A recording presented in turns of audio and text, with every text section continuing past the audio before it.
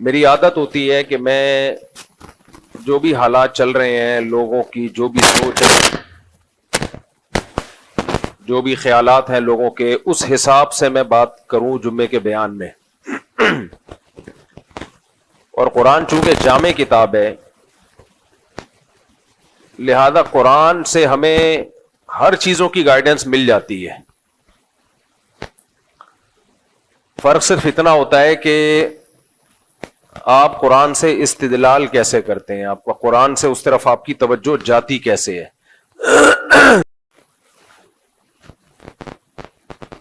اللہ تعالیٰ نے اس امت کے ذہانت اور دماغ کے لحاظ سے اور معلومات کے لحاظ سے دو حصے کیے ہیں. یہ میری تقسیم نہیں ہے، حکومت کی تقسیم نہیں ہے، یہ کس کی تقسیم ہے؟ اللہ کی.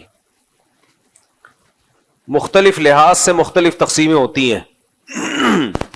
اگر میں یوں کہوں کہ انسانوں کی دو قسمیں ہیں، تو آپ سوال پوچھیں گے کہ کس حساب سے دو قسمیں ہیں؟ بھائی جنس کے حساب سے دو قسمیں، مرد اور عورت. لیکن کیا ہر لحاظ سے دو قسمیں؟ نہیں بھائی، قوموں کے لحاظ سے تو لاکھوں قسمیں، زبانوں کے لحاظ سے کیا خیال ہے؟ لاکھوں قسمیں، رنگ کے لحاظ سے ہزاروں قسم، درجنوں قسمیں، ہزاروں نہ بھی ہوں، مذہب کے لحاظ سے سینکڑوں قسمیں، دنیا میں سینکڑوں مذاہب ہیں، فرقوں کے لحاظ سے اور زیادہ قسمیں. خود ایک الفلاحی، اب مسجد ہی میں آپ فرقوں کی قسمیں دیکھ لیں، بہت زیادہ ہیں. تو دولت کے لحاظ سے بڑی بڑی تین قسمیں، درمیانے طبقے، غریب طبقہ، متوسط طبقہ، پھر دولت مندوں کی آگے بڑی قسمیں. ہم جس کو دولت مند سمجھتے ہیں، کچھ دولت مند ان کو غریب سمجھتے ہیں کہ یہ تو کچھ بھی نہیں ہے. تو قسمیں ہی قسمیں ہیں انسانوں کی. میں جو بات کر رہا ہوں وہ ہے کھوپڑی کے لحاظ سے، دماغ کے لحاظ سے. نمبر دو، نالج کے لحاظ سے، علم کے لحاظ سے. علم کے لحاظ سے بھی انسانوں کی دو قسمیں ہیں، اور کھوپڑی کے اعتبار سے بھی انسانوں کی، بولو، دو قسمیں. کچھ لوگوں کے پاس علم ہوتا ہے سمجھنے کے لیے، کھوپڑی بولو نہیں ہوتی. کچھ لوگوں کے پاس کھوپڑی تو بہت شاندار اللہ نے ان کو عطا فرمائی ہے، لیکن نالج نہیں ہوتی، لہذا ان کی کھوپڑی کو صحیح گائیڈنس ہی نہیں ملتی، تو وہ ذہانت میں ہی لوگوں کا بیڑا غرق کر دیتے ہیں. ذہین آدمی زیادہ بیڑا غرق کرتا ہے اگر اس کے پاس نالج صحیح نہ ہو، کیونکہ اس کو پتا ہے کہ بیڑا غرق کرنے کا اوتھینٹک طریقہ کیا ہے، مؤثر طریقہ کیا ہے. کہتے ہیں نا، نادان دوست یہ عقل مند دشمن سے بھی بدتر ہے، کیونکہ دشمن تو آپ کو نقصان پہنچائے گا، آپ ہوشیار رہو گے. جو دوست جو بے وقوف ہو وہ دوستی میں نقصان پہنچاتا ہے. جب دوستی میں پہنچاتا ہے تو اخلاص کے ساتھ پہنچاتا ہے، وہ اس کا مقصد آپ کی بھلائی ہوتی ہے، تو وہ آپ کو گھر تک پہنچا کے آتا ہے. اس کی مثال ایسے ہے جیسے ایک ڈاکٹر کو علاج نہیں آتا اور اس کے پاس انجیکشن ہے، اس ڈاکٹر کے پاس نالج کی کمی ہے، اس کو نہیں پتا کہ یہ انجیکشن ان لوگوں کو نہیں لگایا جاتا جن کا لیور کمزور ہے. ایک مثال دے رہا ہوں، جن کا جگر کمزور ہے. اب آپ پیشنٹ بن کے اس کے پاس گئے، آپ کو پتا ہے کہ میرے جگر کی رپورٹ ٹھیک نہیں ہے، یہ انجیکشن ٹھیک ہے لیکن میرے لیے ٹھیک نہیں ہے. اب آپ نے ڈاکٹر صاحب سے کہا، ڈاکٹر صاحب یہ انجیکشن میرے لیے نہیں ہے. ڈاکٹر کو غصہ آ گیا اور اس نے کہا کہ میں تمہارا دوست ہوں، تمہارا خیر خواہ ہوں، میرے پاس نالج تم سے زیادہ ہے، یقیناً زیادہ ہے، لیکن اسپیسیفک اس انجیکشن کی بارے میں پوری ریسرچ نہیں کر سکا وہ. اب وہ انجیکشن اتنا زبردست ہے کہ اس میں بیماری کا یقینی علاج ہے، تو ڈاکٹر کیا کرے گا؟ آپ کی باتیں مانے گا نہیں، وہ آپ کو رسی سے باندھ کے انجیکشن ٹھوکے گا آپ کے، اور طبیعت سے آپ کو ٹھوک دے گا وہ. اس کے بعد آپ دوبارہ انجیکشن ٹھکوانے کے قابل نہیں رہیں گے. دشمن ہوتا کہتا جا مر بھائی، میرا تیرا کیا لینا دینا. دشمن تو یہ کام کرتا نا، دشمن ہوتا کہتا بھائی جا، تو نے مرنا، وہ تو اس کا تو خیال ہے کہ بچے گا اس سے، کیونکہ وہ ڈاکٹر آپ کا دوست ہے، لیکن اس کی نالج کیا ہے؟ پوری نالج نہیں ہے اس کے پاس. تو ہمیں دو باتیں پتہ چلیں. انسان کی فضیلت: ایک، دماغ اس کے پاس صحیح ہونا چاہیے. نمبر دو، نالج اس کے پاس مستند ہونی چاہیے. یہ دونوں چیزیں جذباتی لوگوں کے پاس نہیں ہوتی، یہ ذہن میں رکھیں. یہ دونوں چیزیں کس کے پاس نہیں ہوتی؟ جذباتی لوگوں کے پاس. جو گلے پھاڑ پھاڑ کے ہاں ہو ہی ہو کوئی بھی ٹاپک ان کو دیا جائے نا تو دلائل کم اور چیخو پکار کو زیادہ فوکس. کریم صلی اللہ علیہ وسلم کے بارے میں اللہ تعالی نے فرمایا، جو میں نے آیت پڑھی ہے، انک لعلی خلق عظیم.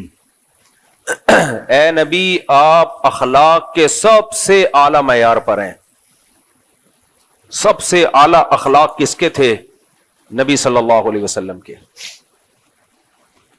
میں جو بات کر رہا تھا نا، میں جو دیکھتا رہتا ہوں پبلک کدھر کو جا رہی ہے، پھر میں اسی ٹاپک پہ بات کرنے کی کوشش کرتا ہوں. قرآن کی آیتوں کو سے وہی مضمون نکالتا ہوں میں. ہمارے ہاں یہ باتیں میڈیا پہ بہت زیادہ اٹھائی جانے لگی ہیں کچھ مذہبی لوگوں کا رویہ دیکھ کے، کہ جو مذہبی لوگ ہوتے ہیں وہ تہذیب یافتہ نہیں ہوتے. مذہبی لوگوں کے پاس تہذیب نہیں ہے، مہذب نہیں ہے، نالج نہیں ہے مذہبی لوگوں کے پاس، وغیرہ وغیرہ. دیکھو، نالج کا مطلب اگر یہ ہے نا کہ میڈیکل سائنس کی نالج نہیں ہے، تو کیا سول انجینئر کے پاس میڈیکل سائنس کی نالج ہوتی ہے؟ اور اگر نالج کا مطلب یہ کہ اسے عمارتیں بنانا نہیں آتی، نقشے بنانے نہیں آتے، اسے نہیں پتا کہ کتنا ویٹ اٹھانے کے لیے کتنا سریا ڈالنا پڑے گا، بیس کتنی ہونی چاہیے، کھدائی کتنی ہونی چاہیے، تو اگر نالج کا مطلب یہ ہے تو پھر ڈاکٹر کے پاس، ڈاکٹر اس نالج میں زیرو ہوتا ہے. پھر تو سارے ہی جاہل ہیں. عالم صرف وہ ہے جس کو وہ علوم جو آپ کے پاس ہیں. ایسا تو کوئی بھی دنیا میں نہیں ہے. تو علم کا مطلب کیا ہے؟ خوب سمجھیں. علم میں اور فنون میں فرق ہے. دیکھو، فنون، فن کسے کہتے ہیں؟ فن بھی ایک علم ہے، لیکن وہ علم جس کی بیس پہ انسان کو دوسری مخلوق پہ فضیلت ہے، وہ علم ہے تہذیب کا علم، انسان کو انسان بنانے کا علم، کہ انسان مہذب کیسے ہوتا ہے. اللہ کرے میری یہ باتیں سمجھ میں آ جائیں، بہت ٹیکنیکل باتیں. اس وقت عملی خرابی کو ہم رونا کیا پیٹیں، نظریاتی طور پہ لوگ بگڑ رہے ہیں. جب آپ برائی کو اچھا سمجھنا شروع کر دو، اچھائی کو برا سمجھنا شروع کر دو، اچھائی اور برائی کی تعریف ہی خلط ملط ہو جائے، شراب اور زمزم میں کوئی فرق ہی نہ رہے، اور ناپاکی اور پاکی میں کوئی فرق ہی نہ رہے، تو پھر تو تباہی سے کوئی نہیں روک سکتا انسان کو. تو جو بڑا ایشو اس زمانے میں ہے، پہلی بات، علم کسے کہتے ہیں؟ علم، نالج کوئی بھی ہو انسان کے لیے فائدہ مند ہے. فائدہ مند ہونا الگ بات ہے. دیکھو، مجھے ایک بات بتاؤ، بھنگیوں کو گٹر صاف کرنا آتا ہے، مجھے اور آپ کو بولو نہیں آتا. کیا یہ بھی علم نہیں ہے؟ کیا انسانوں کے لیے فائدہ مند علم نہیں ہے یہ؟ بلکہ میں کہتا ہوں، بھنگی اگر ہڑتال کر لے نا، ڈاکٹر ہڑتال کر لیں، ہم میں بخار ہوگا، پیناڈول پہ گزارا چلا لیں گے، زیادہ سے زیادہ مر جائیں گے، عزت سے تو مریں گے نا کم از کم. گاؤں دیہاتوں میں لوگ مرتے نہیں ہیں، ہارٹ اٹیک ہوا، قریب میں ہاسپٹل نہیں ہے، ڈاکٹر نہیں ہے، مر گئے، لوگ صبر کر لیتے ہیں، چلو یار آج نہیں تو کل جانا ہی تھا انہوں نے، چلو اللہ تعالیٰ مغفرت فرمائے، سب نے جانا ہے. کیا خیال ہے؟ کوئی پہلے چلا جاتا ہے، کوئی تھوڑا سا لیٹ چلا جاتا ہے. مجھے ایک بات بتاؤ، اگر بھنگی ہڑتال کر لیں، ہم سب کا کیا ہوگا کالیا؟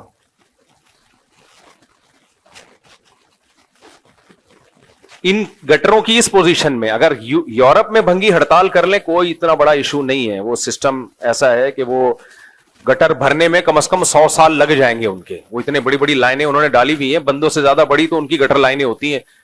ان کے بھنگی بھی اس طرح کے نہیں ہوتے, بہت مشکل سے جاب ملتی ہے بھنگی کی بھی. 3 پیس سوٹ ٹائی میں, وہ یعنی ان کا ٹائی تو نہیں, یعنی ایک مخصوص ڈریس ہوتا ہے, اس میں پورا بندہ گٹر لائن میں اندر.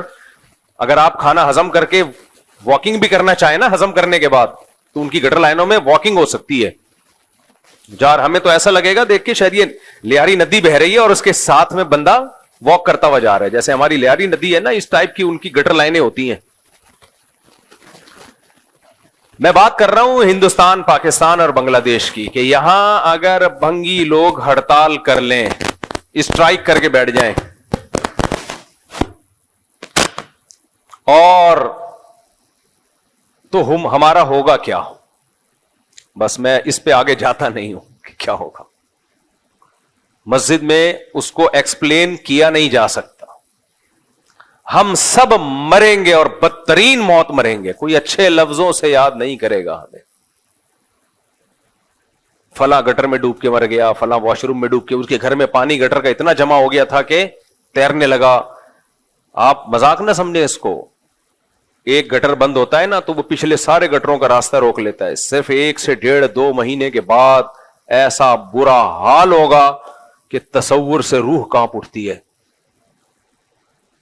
بسوں والے ہڑتال کر لیں اتنا نقصان نہیں ہے, ڈاکٹر اسٹرائک ہو جائے اتنا بڑا نقصان نہیں ہے. بھنگی کی ہڑتال سے, اسٹرائک سے, اب ایسا نہ ہو میری یہ بات سن کر جتنے بھی بھنگی ہیں وہ کہ اچھا یار تنخواہ بڑھانے کا ایک بہترین آپشن آیا ہمارے پاس.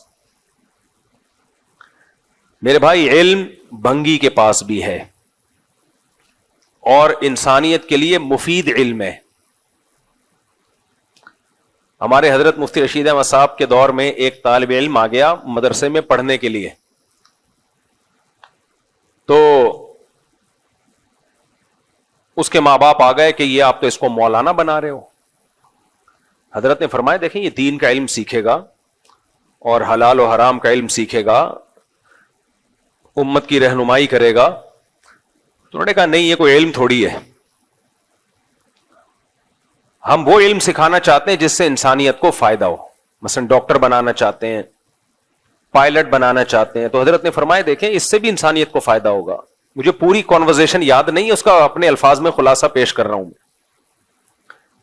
اس نے کہا کہ جی نہیں جی یہ جو ہے یہ بہت فائدے مند علم ہے جو ہم. حضرت نے فرمایا فائدے مند تو بھنگی بنانا بھی ہے. سب سے زیادہ ضرورت سوسائٹی کی کس کو ہے؟ بھنگیوں کی ہے. فرمایا علوم سارے فائدے مند ہی ہوتے ہیں, ہم نے فائدے کے ساتھ ساتھ یہ دیکھنا ہوتا ہے عزت کس میں زیادہ ہے.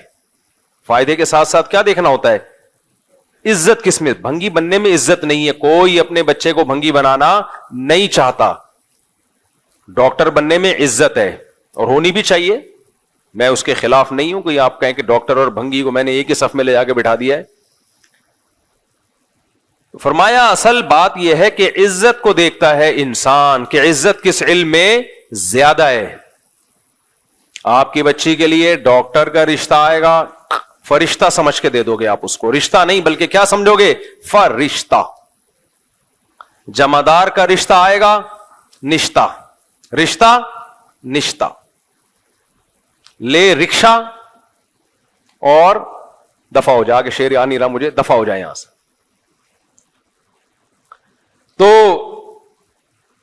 حضرت نے فرمایا سب سے زیادہ قابل عزت علم جس کی بیس پہ سب سے زیادہ عزت ملتی ہے وہ دین کا علم ہے.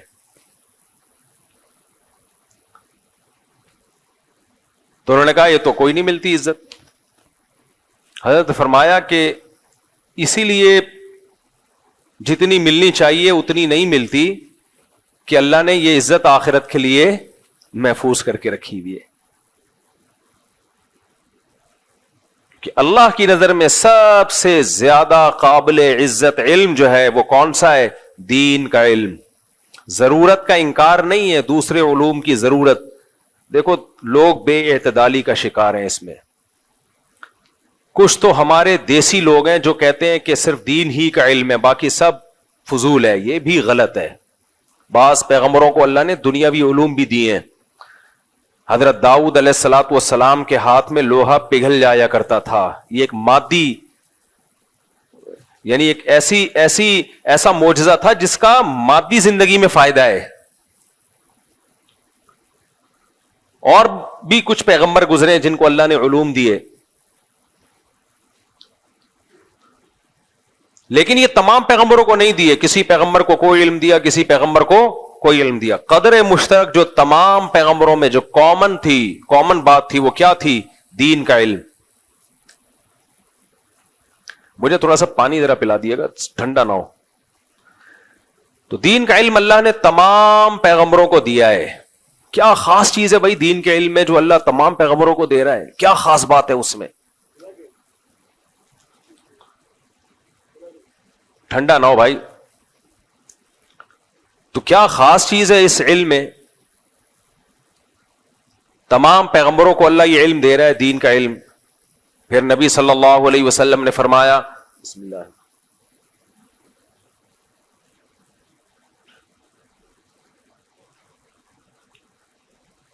جزاک اللہ. مائک کی آواز بہت سلو ہے، مجھے گلا پھاڑنا پڑ رہا ہے، لیکن تھوڑا سا والیوم بڑھاتے ہیں تو خراب ہو جاتے ہیں، تو ایسے میں بولنے میں بڑی مشکل ہوتی ہے. خطیب لوگ ہوتے ہیں نا، ہاں ڈھیوں ڈھیوں، ان کا لیے تو کوئی مسئلہ ہی نہیں ہے مائک. خطیب لوگوں کو ہم نے دیکھا، ان کے گلے ہیں ماشاءاللہ، اللہ نے بڑی طاقت دی ہے ان لوگوں نے. ایک دن میں تین بیان تباہی مچا دیتے ہیں. وہ اسٹیمنا ہے بھائی، ہر ایک میں نہیں ہوتا. میں کہیں سفر پہ بھی جاتا ہوں تو میں بولتا ہوں 24 گھنٹے میں ایک بیان سے زیادہ نہیں دینا. 24 گھنٹے میں ایک بیان سے زیادہ نہیں دینا.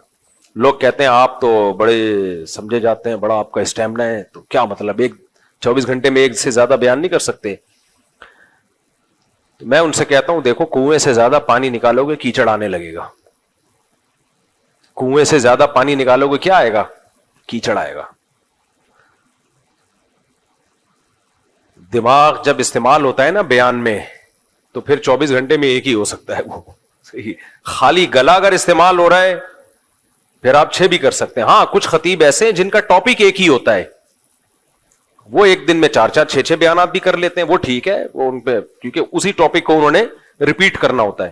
یہ میں اس لیے وضاحت کر رہا ہوں، ایسا نہ ہو کسی مولوی صاحب کے دن میں 3 بیانات ہو رہے ہیں تو آپ نے ان کو بول دیا تو ادھر ادھر کی باتیں. ایسا نہیں ہے. ہر ایک کا اپنا اپنا پوائنٹ آف ویو ہوتا ہے، سوچنے کا اسٹائل ہوتا ہے.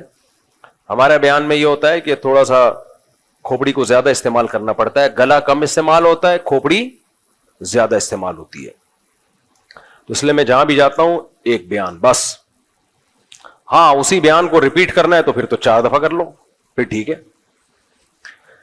لیکن بات یہ ہے کہ ریپیٹ بھی نہیں ہوتا ہم سے، تو کیونکہ جو فرسٹ ٹائم بات میں جو جان ہوتی ہے نا، اسی کو ریپیٹ کریں گے تو وہ جذبہ نہیں رہتا. وہ جذبہ نہیں رہتا. اس کے لیے ضروری ہے رات کو سو کے دوبارہ اٹھیں، پراٹھا کھائیں. اور میں ساتھیوں سے کل کہہ رہا تھا کہ یار نبی صلی اللہ علیہ وسلم کی سنت ہے، جب بھی سفر سے واپس آتے تھے 2 رکعت مسجد میں پہلے پڑھا کرتے تھے. اور کراچی والوں نے ہماری عادت خراب کر دی. ہم جب بھی سفر سے واپس آتے ہیں پہلے چائے پینے جاتے ہیں کوئٹہ ہوٹل، ایئرپورٹ سے سیدھے. یہ میرا سفر تھا آذربائیجان، کل رات آیا ہوں میں. آذربائیجان سے 4-5 دن کا سفر تھا. آتے ہی ایئرپورٹ سے ہم سیدھا کہاں گئے ہیں؟ کوئٹہ ہوٹل چائے پینے. کیوں؟ 3-4 دن چائے کے نام پہ مذاق ملائے. دبئی ایئرپورٹ میں میں نے اپنے دوست سے کہا یار اچھی سی چائے لے کر آؤ. وہ اچھی سی لے کر آئے. میں نے کہا اچھی سی نہ لاتا تو زیادہ اچھا تھا. خیر لوگ اتنی چیزیں بنا کے شارٹ کلپ چلا دیتے ہیں کہ لوگ کہتے ہیں مولوی صاحب یہ بتانے کے لیے ہمیں بیٹھے ہوئے کہ چائے کہاں کی پینی چاہیے. امریکہ سے ہم آئے، پچھلے مہینے آئے نا، امریکہ سے اترتے ایئرپورٹ پہ ہم کوئٹہ ہوٹل گئے. وہاں جا کے ہم نے کہا 15 دن ہو گئے تمیز کی چائے ملے ہوئے. اب دیکھو 4-5 دن سے نا چائے نہیں مل رہی تھی. چائے جدھر انڈا موڑ پہ کوئٹہ ہوٹل سے چائے پی ہے. میں نے لڑکوں سے کہا، میں نے کہا اٹ از کالڈ چائے. پتہ نہیں یہ کوئٹہ ہوٹل والا ذائقہ آتا ہی نہیں ہے کسی ہوٹل میں. جو مرضی کر لو بھائی، وہ اللہ نے کوئٹہ کے پٹھانوں کے ہاتھ میں ہی کچھ بلٹن ہے یہ کمپنی کی طرف سے کہ یہ بنائے گا. تو اب کیا ڈال رہے ہیں، اللہ خیر کرے. لیکن بہرحال ٹیسٹ جب ہی آتا ہے. یہ نہ پنجاب میں ملتی ہے نہ پشاور میں ملتی ہے, یہ صرف کوئٹہ اور کراچی میں ملے گی آپ کو یہ چائے. خیر, تو میں یہ عرض کر رہا تھا کہ دیکھو اللہ تعالی نے انسان کو فضیلت دی, دو قسمیں کی ہیں اللہ تعالیٰ نے انسانوں کی. دماغ جن کے پاس زیادہ ہو, علم جن کے پاس زیادہ ہو, اور علم سے میری مراد کیا ہے, سائنس اور ٹیکنالوجی کا علم نہیں, وہ بھی ضروری ہے, بہت زیادہ ضروری ہے, اس زمانے میں تو بہت سے بھی زیادہ ضروری ہے. اور اگر آپ کے پاس صرف مذہب کی تعلیم ہے, آپ کے پاس اس زمانے میں سائنس اور ٹیکنالوجی کا علم نہیں ہے, تو آپ دنیا میں راج نہیں کر سکتے, آپ مذہب کو بھی نقصان پہنچاؤ گے.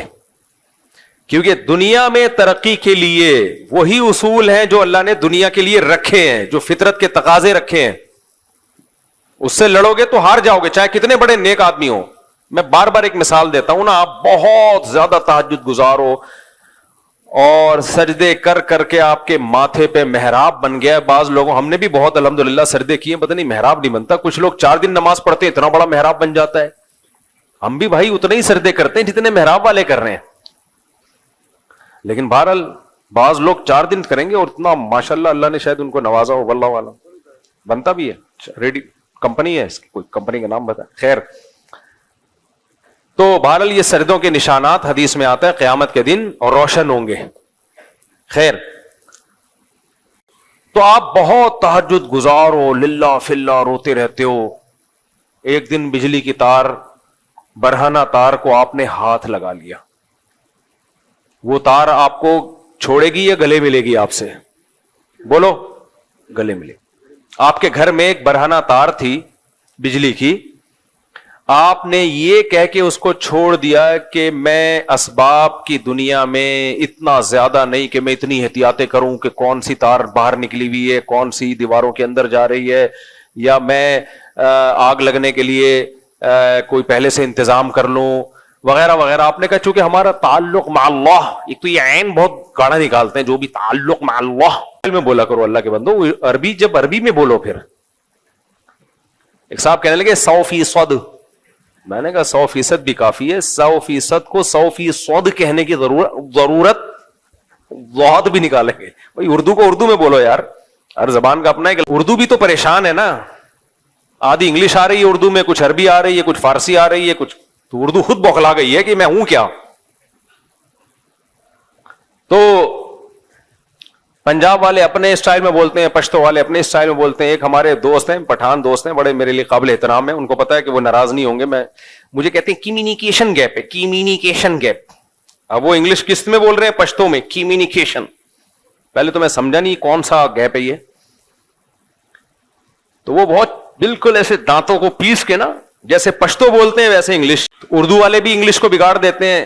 جن اردو اسپیکنگ نے قاری صاحب سے قرآن پڑھا ہوا ہے نا, قاف حلق سے نکالا ہے, وہ ڈی بھی قلقلہ کر کے نکالتے ہیں. ان کو پتا ہے کہ قاف میں قلقلہ ہے نا, جیسے خلق, قاریوں نے پڑھا ہوتا ہے نا, خلق کو کیسے پڑھا جائے, خلق, تو وہ اینڈ کو پڑھتے ہیں اینڈ, ڈ نکالتے ہیں, اینڈ واٹ, پورا قلقلے نکال رہے ہوتے ہیں. تو ان سے ہم کہتے ہیں کہ بھائی نورانی قاعدے کو عربی کے لیے استعمال کرو, انگلش کے لیے اپنے اصول اور ضابطے ہیں. لیکن یہ نیچرل ہے, اردو اسپیکنگ پوری انگلش کبھی بھی صحیح نہیں بول سکتا, یہ نیچرل ہے, اس میں کوئی اتنا آر کی بات نہیں ہے. گوروں میں ایک اچھی بات یہ ہے کہ آپ جب ان سے انگلش میں بات کرتے ہیں تو ان کو پتا ہوتا ہے کہ آپ کا ایکسنٹ ان کے حساب سے نہیں, لیکن وہ مذاق نہیں اڑاتے.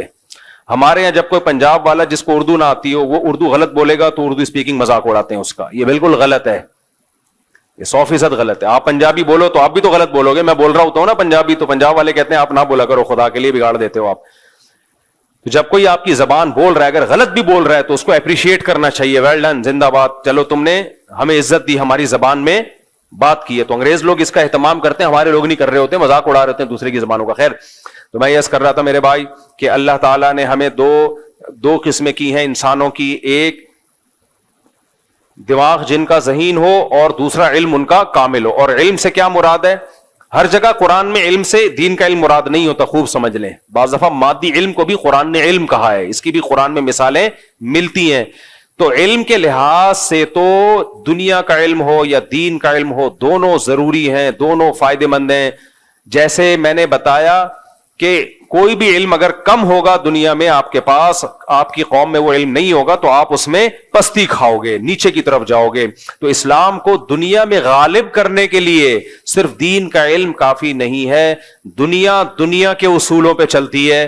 دنیا میں دنیا کی، دیکھو عیسیٰ علیہ السلام قرب قیامت میں نازل ہوں گے، اللہ کرے غامدی صاحب اس وقت تک زندہ رہیں تاکہ اپنی آنکھوں سے دیکھ لیں.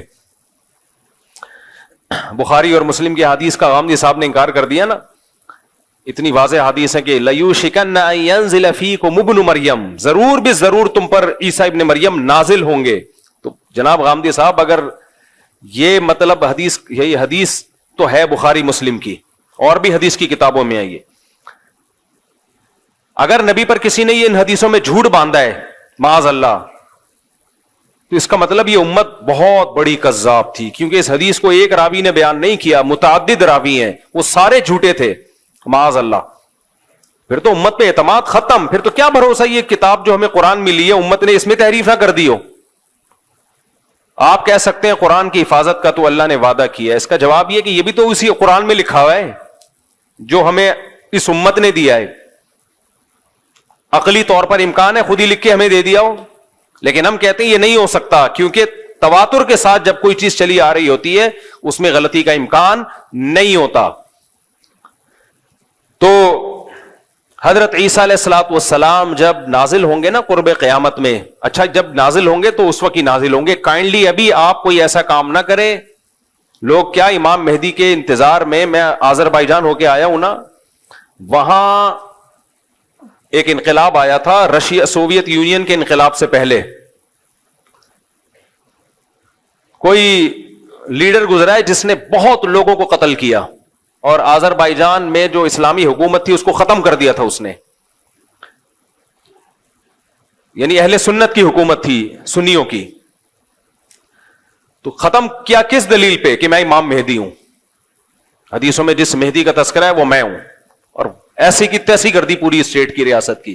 اس کے بعد سوویت انقلاب آیا تو انہوں نے ان کی بھی ایسی کی تیسی کر دی. تو آج کل ایسی کی تیسی ہی چل رہی ہے مارکیٹ میں. کوئی امام مہدی کے نام پہ کھڑا ہو جاتا ہے، کوئی کہتا ہے امام مہدی چونکہ ابھی خراسان سے نکلنے والے ہیں تو میں ذرا خراسان کی طرف ہو کے جا رہا ہوں. کوئی کہتا ہے دجال کا ابھی ظہور ہونے والا ہے تو میں اس طرف جا رہا ہوں. بھائی جو خوب اچھی طرح سمجھو، بار بار یہ مسئلہ میں بیان کر چکا ہوں. دیکھو ڈاکٹر اسرار رحمت اللہ علیہ کی جو پیش گوئیاں ہیں، کل کسی نے مجھے بھیجا کہ ڈاکٹر اسرار نے تو پہلے کہا تھا افغانستان پاکستان پہ حملہ کرے گا، مجھے ویڈیو بنا کے بھیجی. میں نے کہا وہ ہمارے لیے قابل احترام ہے، لیکن ڈاکٹر اسرار نے حامد کرزئی کے بارے میں کہا تھا. آگے پورے کلپ میں حامد کرزئی کا نام بھی ہے، وہ کسی نے کٹ کر کے آدھا چلا دیا. میں نے کہا دیکھو ڈاکٹر اسرار بھی نہ عالم الغیب تھے. انہوں نے کہا شاہ ولی اللہ نے بھی کہا تھا. میں نے کہا نہ شاہ ولی اللہ عالم الغیب تھے. یہ پیش گوئیاں ایک اندازہ ہوتی ہیں، صحیح بھی ہو سکتی ہیں، غلط بھی ہو سکتی ہیں. ان پر ایسے ایمان مت لے کے آؤ جیسے ہم قرآن و سنت پہ ایمان لاتے ہیں. میں بھی ایک اندازے سے بات کر سکتا ہوں کہ یہ ہو جائے گا یہ ہو جائے گا، لیکن وہ نہیں ہوتا. بعض دفعہ ہو بھی جاتا ہے، بعض دفعہ نہیں بھی ہوتا. تو بعض باتیں ڈاکٹر اسرار نے کی تھی وہ نہیں ہوئی پوری، وہ انہوں نے کی تھی لیکن نہیں ہوئی پوری. بعض کی ہیں جو ہو گئی پوری. تو انسان کو انسان رہنے دو، اس کو پیغمبر بنا کے بزرگ، ایسا بزرگ بنا کے کہ وہ پیش گوئیاں کر رہے ہوتی چلی آ رہی ہیں. یہ مت کرو یہ کام. لوگ کہتے ہیں وہ تو حدیثوں سے پیش گوئیاں کر رہے ہیں. حدیث سے پیش گوئی ممکن ہی نہیں ہے، کیونکہ حدیثوں میں کسی چیز کا ٹائم مینشن نہیں کیا گیا ہے. اور یہ میں اپنی طرف سے نہیں کہہ رہا، یہ پہلے لکھ چکے ہیں علماء اور محدثین. چونکہ تاریخ میں دیکھا ہے علماء محدثین نے کہ حدیثوں سے لوگ تانے بانے ملا کے ایک پریڈکشن کرتے ہیں، ایک پیش گوئی کرتے ہیں، اور پھر اس کے حساب سے ماحول بنانا شروع کر دیتے ہیں، حالانکہ حدیث میں اس کا وہ ٹائم مینشن نہیں ہوتا. اور پھر یا تو اس کے نام پہ کوئی فساد پھیلا دیتے ہیں، یا پھر سادہ لوگ جب دیکھتے ہیں کہ یہ ہونے والا تھا لیکن ہوا نہیں تو ان کا حدیثوں سے ایمان اڑ جاتا ہے. تو اس لیے یہ جو بھی اس طرح کے اسکالرز گزرے ہیں یہ ہیں اسکالرز ہی. ان کی بات کو پتھر پہ لکیر سمجھ لینا. اس کی مثال ایسے جیسے ڈاکٹر اسرار نے پیش گوئی کی تھی کہ گریٹسٹ اسرائیل بنے گا. جو پورا مکہ مدینہ اور یہ سب چیزیں یہ سب اسرائیل میں داخل ہو جائیں گے. ان کی نیت پہ ہمیں کوئی شبہ نہیں ہے, انہوں نے اچھی نیت سے ہی کہا, لیکن یہ بات غلط ہے. اگر آپ نے مان لیا نا کہ گریٹسٹ اسرائیل بنے گا تو یہ امید کی بات ہے یا مایوسی کی بات ہے؟ مایوسی. اس کا مطلب پھر وہ چھوڑ دیں جو وہاں مزاحمت کر رہے ہیں, وہ چھوڑ دیں مزاحمت. جب بنے گا تو کیا ضرورت ہے کرنے کی پھر؟ تو ڈاکٹر صاحب کی نیت اپنی جگہ, لیکن انشاءاللہ نہیں بنے گا, کسی کا باپ بھی نہیں بننے دے گا ان کو. یہ اسٹائل ہونا چاہیے. کیسے بنے گا بھائی؟ آپ کے مکان پہ کسی نے دھمکی دی کہ میں قبضہ کروں گا, تو پہلا ریپلائی آپ کا کیا ہوگا؟ تیرے باپ میں دم میں تو کر کے دکھا. لڑنا تو بعد میں جا کے, کیس ویس تو بعد میں نمٹیں گے بیٹھ کے. اور اگر وہ کہے کہ حدیث میں آتا ہے کہ میں قبضہ کروں گا, اس کا مطلب اس نے تو آپ کے ہاتھ پاؤں کاٹ دیے. تو کتنا ہی نیک اسکالر ہو, اچھا ہو, غلطی ہر انسان سے ہو سکتی ہے. میرا مقصد ان کی ذات کو ہدف بنانا نہیں ہے. میرا مقصد صرف اور صرف یہ بتانا ہے کہ حدیثوں میں کسی چیز کو مینشن نہیں کیا گیا ٹائم کو. اس لیے علماء پہلے یہ سب حدیثوں کو ایکسپلین کر چکے ہیں کہ حدیثوں میں دو طرح کی حدیثیں ملتی ہیں ہمیں. ایک تو وہ حدیثیں یہ کرو یہ مت کرو, جن میں آرڈر ہے کہ یہ کرنا ہے اور یہ نہیں کرنا, ان حدیثوں کو ہم نے فالو کرنا ہے. دوسری وہ حدیثیں جن کا تعلق ہے پیش گوئیوں سے, وہ نبی صلی اللہ علیہ وسلم کی نبوت کی دلیل ہے کہ آپ نے بتایا ایسا ہوگا لیکن ٹائم نہیں بتایا, تو بس اتنا ایمان رکھنا پڑے گا کہ ہوگا. کب ہوگا یہ نہیں بتایا, لہذا ان حدیثوں کا عمل سے تعلق نہیں ہے کہ ان کو سامنے رکھ کر ہم پلاننگ کرنا شروع کر دیں. نا نا نا نا نا نا, یہ غلطی نہیں کرنا. پلاننگ ان حدیثوں کو سامنے رکھ کے نہیں کی جائے گی, پلاننگ گراؤنڈ ریئلٹی کو سامنے رکھ کے کی جائے گی. پلاننگ جو کی جائے گی گراؤنڈ ریئلٹی, آج کی زمینی حقیقت کیا کہہ رہی ہے, اسباب کیا کہہ رہے ہیں کہ کیا کرنے سے کیا ریزلٹ نکلتا ہے اسباب کی دنیا میں. اسباب کی دنیا میں کیا کیا جائے تو کیا ریزلٹ نکلے گا, تو ان اسباب کو سامنے رکھ کے فیصلہ کرنا ہے. کیوں؟ نبی کی یہ سنت ہے کہ ہمیشہ فیصلہ کس کو سامنے رکھ کے کیا جائے گا؟ بولو نا, اسباب کو. تو اسلام اسباب اختیار کرنے کا حکم دیتا ہے, اسباب سے دور نہیں کرتا آپ کو. جب تک مسلمانوں نے اسباب اختیار کیے, دنیا پہ حکومتیں کی ہیں. سلطان محمد فاتح نے ترکی میں, استنبول میں, قسطنطینیہ میں جو قلعہ فتح کرنا تھا, اس کے لیے وہ اپنی صف میں بزرگوں کو بھی لے کر گیا جو دعائیں مانگیں گے. لیکن اس کے لیے بزرگوں کو تو لایا ہے دعائیں مانگنے کے لیے, لیکن اس نے پہلے اپنے انجینئرز کو کہا کہ اتنی بڑی توپ بناؤ جو اس سے پہلے دنیا میں کسی کے پاس اتنی بڑی توپ نہ ہو, جس کو لوگ کے بولے یہ توپ ہے. کہتے ہیں نا کیا توپ چیز ہے, کیونکہ اتنی چوڑی دیوار ہے قسطنطینیہ کے قلعے کی کہ اس دیوار کو چھوٹی موٹی توپوں سے توڑنا ممکن نہیں ہے. وہ کہہ سکتا تھا ہمارے پاس اتنے بڑے بزرگ ہیں, نیک لوگ ہیں, اتنا بڑا لشکر ہے, اور نبی نے خوشخبری بھی دی قسطنطینیہ فتح ہوگا. آپ نے فرمایا سب سے بہترین لشکر وہ ہوگا جو قسطنطینیہ فتح کرے گا. یہ تو بتا دیا آپ نے, لیکن کیا مطلب, بس ہم چلے ہیں فتح کرنے؟ کیوں نبی نے کہا ہوگا فتح. بھائی نبی نے ڈیٹ نہیں بتائی ہے کہ محمد فاتح کے ہاتھ پہ ہوگا یا اس سے پہلے کسی کے ہاتھ پہ ہوگا. اس کے ہاتھ پہ ہوگا جو اسباب اختیار کرے گا. 700 سال کے بعد جا کے یہ پیش گوئی پوری ہوئی ہے نبی کی. 700 سال پہلے بھی حملے ہوئے, ناکام. کیوں؟ دشمن زیادہ طاقتور تھا, اور جو اٹیک کرنے والے وہ دشمن کے مقابلے میں کمزور, حالانکہ نیک تھے. صحابہ, تابعین, تبع تابعین, انہوں بھی حملے کیے ہیں. حضرت ابو ایوب انصاری کی قبر ہے وہاں قسطنطینیہ میں دیکھ کے آیا ہوں. لیکن کیا بھائی, دنیا دار الاسباب ہے. صحابہ نے کوششیں کی اپنے لحاظ سے, جو وسائل اختیار کر سکتے تھے کیے, نہیں ہوا فتح.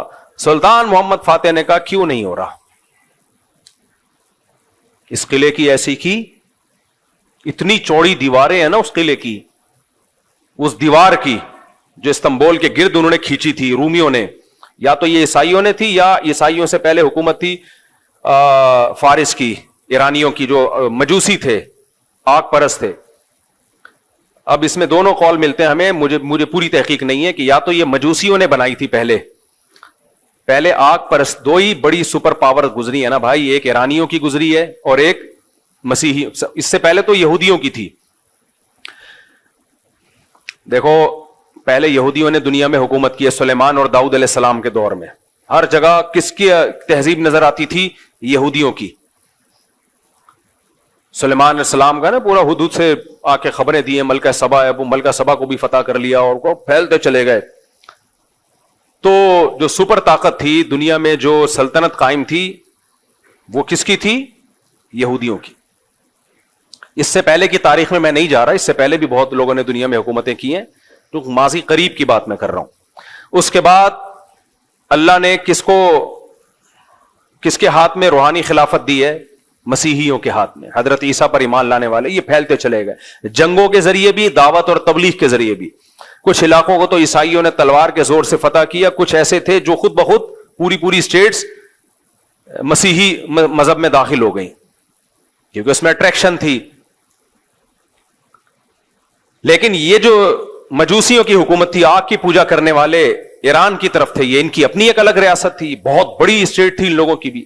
تو یہ دو سلطنتیں, ایک رومن امپائر اور ایک ایرانیوں کی جو مجوسیوں کی امپائر تھی, یہ دو بڑی طاقتیں تھیں جب اسلام دنیا میں بولو آیا ہے. تو عیسائیوں کی لڑائی زیادہ تر انہی سے ہو رہی تھی, یا تو یہودیوں سے ہوتی تھی یا ان سے ہوتی تھی مجوسیوں سے. تو یہ جو استنبول ہے ترکی, یہ تھا پہلے مجوسیوں کے قبضے میں, آگ پرستش, آگ کی جو پوچھا مشرک لوگوں کے. اب یا تو یہ دیوار انہوں نے بنائی تھی جس پر مسیحیوں نے اسی طرح سے حملہ کیا, بہت مشکل سے اس پہ قبضہ کیا, یا یہ کہ یہ بنائی کس نے تھی؟ مسیحیوں نے بنائی تھی. یہ دیکھنا پڑے گا کتابوں میں, اس وقت میرے ذہن میں نہیں ہے. لیکن بہرحال مسلمانوں کے لیے اس کو فتح کرنا آسان کام نہیں تھا, اور نبی نے خوشخبری بھی سنا دی تھی, نعما جیش یغزو القسطنطینیہ او کما قال صلی اللہ علیہ وسلم, کیا ہی بہترین لشکر ہے جو قسطنطینیہ کو فتح کرے گا, اور کیا ہی بہترین ہے وہ شخص جو, وہ امیر جو اس کو فتح کرے گا. 700 سال کوششیں ہوئی ہیں اس کو فتح کرنے کی, نہیں ہو پا رہا تھا. کیوں؟ اس لیول کے اسباب نہیں تھے جو انہوں نے اپنے ڈیفنس کے لیے رکھے ہوئے تھے. حالانکہ اٹیک کرنے والے, حملہ کرنے والے میرے اور آپ جیسے نہیں تھے, بڑے اللہ والے, بڑے نیک لوگ تھے, بڑے بزرگ لوگ تھے وہ. لیکن نہیں بھائی, دنیا دار الاسباب ہے. انہوں نے ڈیفنس کا سسٹم اتنا مضبوط کیا ہوا تھا, جس کی دیواریں اتنی چوڑی کہ اس پہ گدا گاڑیاں چل سکیں, بیل گاڑیاں چل سکیں, اتنی چوڑی دیواریں. ان دیواروں پہ آپ اس زمانے کے گولے مارو گے تو کیا ہوا, ایسا لگتا تھا جیسے کسی نے خارش کی ہے, کھجایا ہے تھوڑا سا دیوار کو. اس کو کیسے فتح کریں؟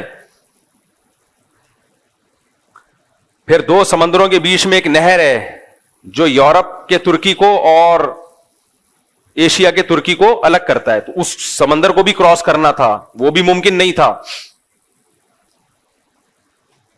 اور اس سمندر تک کشتیاں پہنچانا ممکن نہیں تھا, اس پانی تک کشتیاں پہنچانا ممکن نہیں تھا.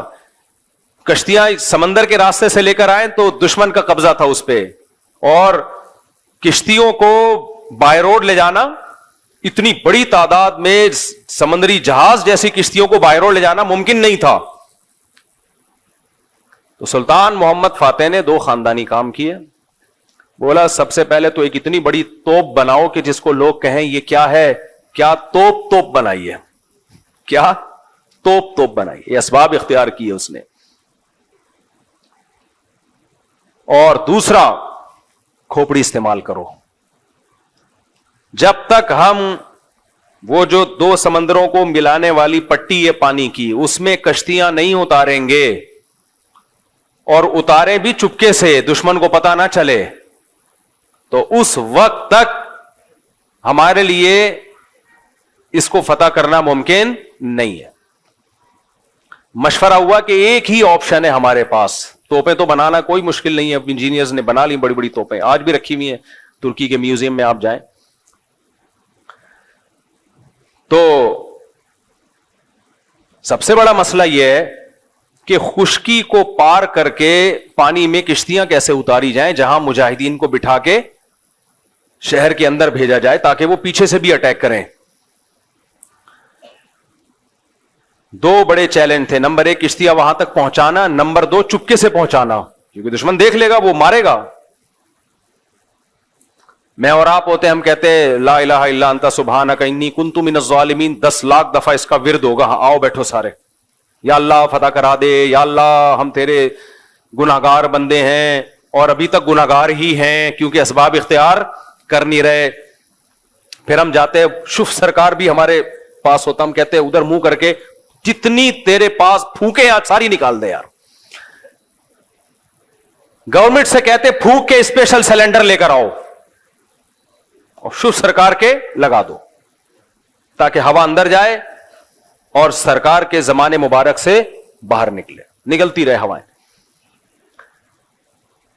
وظیفے کا خدا نہ خواستہ میں مذاق نہیں اڑا رہا. لا الہ الا انت سبحانک انی کنت من الظالمین, یہ بہت کارآمد دعا ہے. اس دعا کی برکت سے یونس علیہ السلام مچھلی کے پیٹ سے نکلے ہیں. مصیبتوں میں یہ دعائیں مانگنی چاہیے, یہ وظیفہ پڑھ سکتے ہیں, پڑھنا چاہیے, لیکن پہلے کام تو پورا کرو بھائی.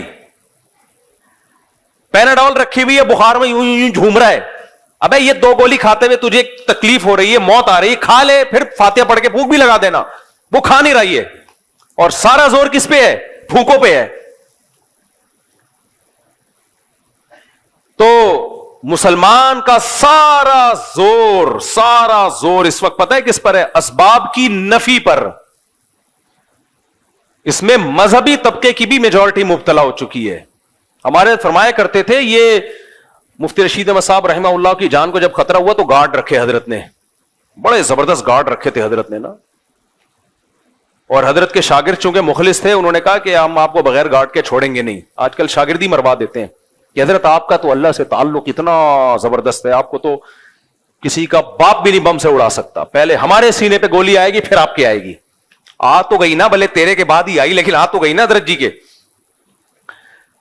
تو حضرت نے تو کم رکھے تھے گارڈ. حضرت کے شاگرد چونکہ حضرت سے محبت کرتے تھے, انہوں نے کہا یہ اتنے کافی نہیں ہے. حضرت فرمایا کافی ہے. فرمایا نہیں, اس کو بڑھائیں گے ہم. آپ کی سیکیورٹی آپ نہیں ہے, ہمارے ہاتھ میں. جب محبت ہوتی ہے نا انسان کو, آپ کو ابا سے محبت ہے, آپ کو پتا ہے کہ ابا کا بی پی ہائی ہوا ہے, یہ گولی کھائیں گے تو نارمل ہو جائیں گے, ابا کھا نہیں رہے تو آپ گن پوائنٹ پہ کھلاؤ گے ان کو گولی. اگر آپ کو محبت ہوگی, نہیں ہوگی تو آپ بولو گے چلو ابا کا مرنے کا پروگرام ہے. تو دیکھو اسلام میں زبردستی نہیں ہے, کسی چیز میں زبردستی ہی نہیں ہے. نہیں بھائی, جس سے محبت ہوتی ہے آدمی کہتے ہیں اس کو بچاؤ. تو ہمارے حضرت کے شاگرد تھے, چونکہ وہ حضرت سے مخلص تھے. انہی دنوں میں مولانا یوسف الجھانوی شہید رحمۃ اللہ علیہ کو بھی بڑے خطرات تھے. تو وہ بےچارے کہیں بغیر گارڈ کے نکلے. کسی نے کنپٹی پہ, اتنے بڑے عالم, اتنے بڑے بزرگ, کیسا روحانی نورانی چہرہ, ایسے پرہیزگار. ہم نے ان سے جب بھی ملاقات کی ہے, کہتے ہیں نا کچھ لوگ نیک لوگ ہوتے ہیں جن کو دیکھ کے اللہ یاد آ جائے, وہ ان لوگوں میں سے تھے. اور علم کا سمندر, کیسے آرام سے بےچارے کہیں باہر نکلے, کسی آرام سے کسی نے گولی ماری اور نکل لیا. ہمارے حضرت کو اتنا غصہ آیا, حضرت نے فرمایا کہ ان کا قتل ان کے مریدوں کے ذمے ہے. حضرت تو جوش میں آ کے نا دیکھتے نہیں تھے, اتنا وہ شکر ہے اس وقت میڈیا نہیں تھا. فرمایا ان کے قاتل ان کے مرید ہیں. اتنا غصہ, وہ مریدوں نے قتل نہیں کیا تھا بیچارے. مطلب حضرت کا یہ تھا کہ جب ملک کی حالات بھی آپ کو معلوم ہے تو آپ نے زبردستی سیکیورٹی کیوں نہیں دی ان کو؟ اگر وہ نہیں بھی لے رہے تو آپ کو اگر ان سے محبت تھی تو آپ نے زبردستی ان کی سیکیورٹی دینی چاہیے تھی. تو ہمارے یہاں بجائے سیکیورٹی دینے کے یا سیکیورٹی کے ساتھ تعاون کرنے کے, الٹا یہ اعتراض کہ ان پہ کو اللہ پہ توکل نہیں ہے, یہ گارڈ لے کے گھومتے ہیں. تو اس موقع پہ ہمارے حضرت نے فرمایا کہ جو ان کے مریدین ہیں نا, ان سے بولو اپنی دکانوں پہ تالے ڈالنا چھوڑ دو. رات کو دکانیں بغیر تالے کے چھوڑ کے چلے جایا کرو, آیت الکرسی پڑھا کرو اور پھونک مار کے جایا کرو اس پہ, ٹھیک ہے نا, تالا والا نہ لگاؤ. کا اپنی دکانوں پہ جس میں انسان نہیں ہے, پیسہ پڑا ہوا ہے, پیسہ بھی کیا ہوگا, کچھ بسکٹ کے ڈبے رکھے ہوئے ہوں گے, کچھ شیمپو کی بوتلیں رکھی ہوئی ہوں گی, اس پر اتنے موٹے موٹے تالے ڈالتے ہیں. اور جو انسان ہے, جو ان کے پیر و مرشد ہے, ان کی حفاظت کا کوئی لوگوں نے انتظام نہیں کیا. میں جانتا ہوں ان کے مرید بیچارے مخلص تھے, لیکن ٹرینڈ یہی چل رہا ہے نا آج کل کے دینداروں میں, ٹرینڈ یہ چل رہا ہے کہ حفاظت کی بالکل کوئی فکر, کوئی پرواہ نہیں ہے. ہماری مسجد میں جب سیکیورٹی کے مسائل کھڑے ہوئے نا تو کچھ لوگوں نے اعتراض کیا, یہ کیا, ادھر سے بھی تلاشی, ادھر سے بھی تلاشی. مجھے بہت زیادہ تنگ کرنا شروع کیا. مرغی پہ مسائل کھڑے ہوئے نا, یہ مرغیاں مفتی صاحب نے, میں نے ہٹا دی, میں نے کہا ایسی کی تیسی چھوڑو یار, جو چیز لوگوں میں بدگمانی کا ذریعہ بنی ہٹاؤ ساری مرغیاں. حالانکہ کم سے کم بھی 2 سے 2.5 لاکھ روپے کا سیٹ اپ بنایا تھا میں نے, وہ سارے ضائع ہو گئے میرے, میں نے کہا ہٹا دو کوئی مسئلہ نہیں. سیکورٹی پہ بھی یہ کہ وہاں سے آ رہے ہیں تلاشی, وہاں سے یہ کیا ہے, کوئی GHQ ہے یا کیا ہے, یہ کوئی بم لے کے آ رہے ہیں. میں نے ساتھیوں سے بولا کوئی کمپرومائز نہیں کرنا ہے, کسی بے وقوف اور احمق کی بات میں سے ذرا بھی متاثر نہیں ہونا. میں نے کہا اس کو ڈبل کرنا ہے, کم نہیں کرنا, سمجھ رہے ہو, جتنے سارے نمازی خلاف ہو جائے نا ایسی کی تیسی. میں نے کہا جاؤ بھاڑ میں. میں نے کہا بے وقوفوں کی باتوں میں آ کے یہ تھوڑی کہ اس میں سیکیورٹی صرف ہماری نہیں ہے آپ کی بھی ہے. اللہ سب کو بچا کے رکھے. جب بم پھٹتا ہے نا تو جس کو ہدف بنایا جاتا ہے صرف وہ نہیں جاتا, گریوی میں 10-15 بھی اسی کے ساتھ جو بیان سننے آئے تھے وہ بھی چلے جاتے ہیں. تو بھائی یہ تو آپ کے فائدے کے لیے ہے, اس سیکیورٹی کو ابھی ہم نے بڑھانا ہے, سمجھ رہے ہو, کم نہیں کرنا. تو آپ کو اگر کوئی تکلیف ہو رہی ہے, ہم آتے ہیں تو ہماری تلاشی کیوں لی جاتی ہے, ہم کوئی شکل سے دہشت گرد لگ رہے ہیں. آپ شکل سے جتنے بھی شریف لگے ہیں یار, پھر بھی آپ کو پوری تلاشی لی جائے گی آپ کی, ٹھیک ہے نا. تو اس لیے بیان سننے آنا ہے تو تلاشی میں کمپرومائز, سیکیورٹی میں کوئی کمپرومائز بولو نہیں ہوگا. ایک دن کیا ہوا, یہاں پر ایک بندہ بیٹھا ہوا تھا, شروع کی بات ہے جب زیادہ سیکیورٹی کا سخت نظام نہیں تھا, اس کی جیب میں ٹیٹی نکلی, پسٹل تھی اس کی جیب میں. ہم بدگمان نہیں ہو رہے, اپنے ڈیفنس کے لیے لایا ہوگا, لیکن بھائی کسی کے چہرے پہ تھوڑی لکھا ہوا ہوتا ہے. تو گارڈ نے یوں کر کے نظر لاتے رہتے نا, تو اس نے دیکھ لیا, اس کو بلایا. خیر ہم نے پولیس والوں کو بلایا, انکوائری کی, وہ بندہ صحیح تھا, یعنی کوئی وہ نہیں تھا. آپ ڈرے نہیں, آپ کہ اچھا یہاں تو ٹیٹیاں نکل رہی ہیں, گھبرانا نہیں ہے. شریعت کہتی ہے اسباب مکمل اختیار کرو, اس کے بعد توکل کس پہ رکھو, اللہ پہ. مرنا ہوگا جس دن, جو رات قبر میں گزرنی ہے کسی کا باپ بھی وہ قبر سے باہر نہیں گزروا سکتا, اور جو قبر میں نہیں گزرنی وہ کسی کا باپ بھی قبر میں نہیں گزروا سکتا آپ سے. تو کام سارے کرنے ہیں لیکن اسباب بھرپور اختیار کرنے ہیں. اس کے بعد پھر اللہ پہ توکل بھی کرو. پھر تو جو مرنا ہے بھائی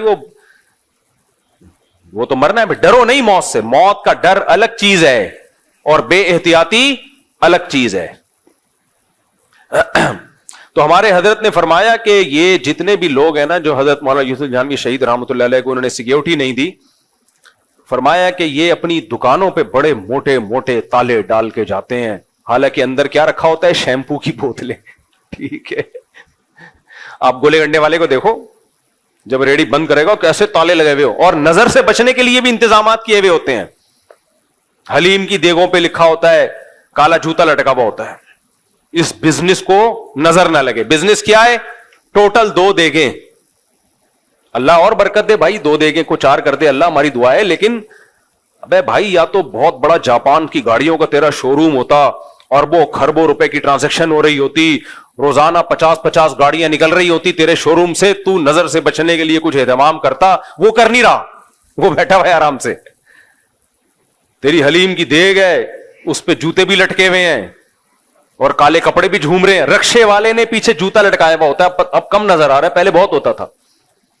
میں نے ایک دن پوچھا یار یہ کسی کی چپل اٹک کے رہ گئی ہے, بعض دفعہ ہوتے ہیں لوگ, میرے تو یہ خیال تھا کوئی اترتے ہوئے چپل اٹک گئی تو اس نے باہر لٹکا دی کہ جن صاحب کی ہو آ کے لے جائیں. اس نے کہا بھائی یہ نظر سے بچنے کے لیے. میں نے کہا بھائی ٹرک کو نظر لگی تھی تو رکشا بن گیا تھا وہ, اس کو کیا نظر لگے گی, یہ کیا بنے گا بیچارہ. یوسف علیہ السلام کے قریب کسی کا حسن ہو, ایسی اس بچے کی ماں حسن کو نظر سے بچانے کے لیے کچھ اہتمام کرے. جیسے کہتے ہیں حضرت عثمان نے ایک خوبصورت بچہ دیکھا تو اس کو ایک تل لگا دیا, تو تھوڑا عیب پیدا کرنے کے لیے. تو سمجھ میں آتا ہے بھائی مائیں بچوں کو نظر سے بچا رہی ہیں, وہ بچے جو اندھیرے میں نظر نہیں آتے. وہ واقعہ پورا کون سا واقعہ تھا, ہاں وہ واقعہ رہ گیا. چلو تو خیر, تو سلطان محمد فاتح نے کیا کیا, یہ اسباب اختیار کی. میرا مقصد واقعہ سنانی, یہ تو میں ہسٹری بیان کر چکا ہوں پہلے بھی جب میں ترکی کا دورہ کر کے آیا تھا.